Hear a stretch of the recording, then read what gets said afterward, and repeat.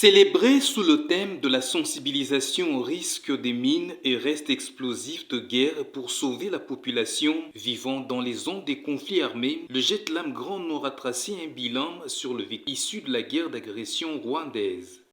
Chaque année, le 4 avril, c'est la journée internationale de la sensibilisation contre le mine antipersonnel. Et aujourd'hui, en RDC, cette journée a été célébrée ce 5 avril 2025 à Kinshasa sous le thème de la sensibilisation au risque des mines et restes explosifs de guerre pour sauver la population vivant dans les zones à conflit armé.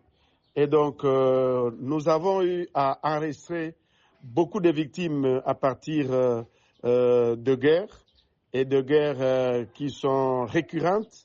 Donc, au niveau, par exemple, du Jetlam Grand Kivu, qui est basé à Goma, qui gère le Nord Kivu, le Sud Kivu, les Maniema.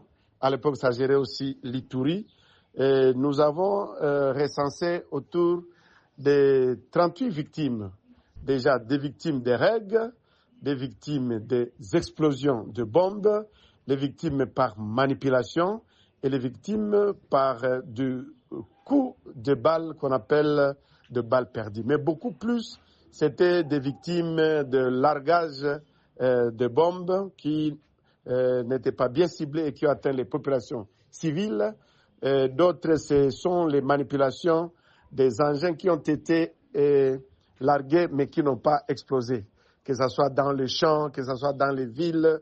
Le cas, par exemple, du territoire de Massissi, de Rutshuru, de Nyiragongo, actuellement la ville de Goma, la ville de Bukavu et une bonne partie du territoire de Beni. Toutes les organisations réunies auprès des GTLAM ont organisé plusieurs actions de sensibilisation pour, n'est-ce pas, éduquer la population comment éviter les potentiels accidents de mines.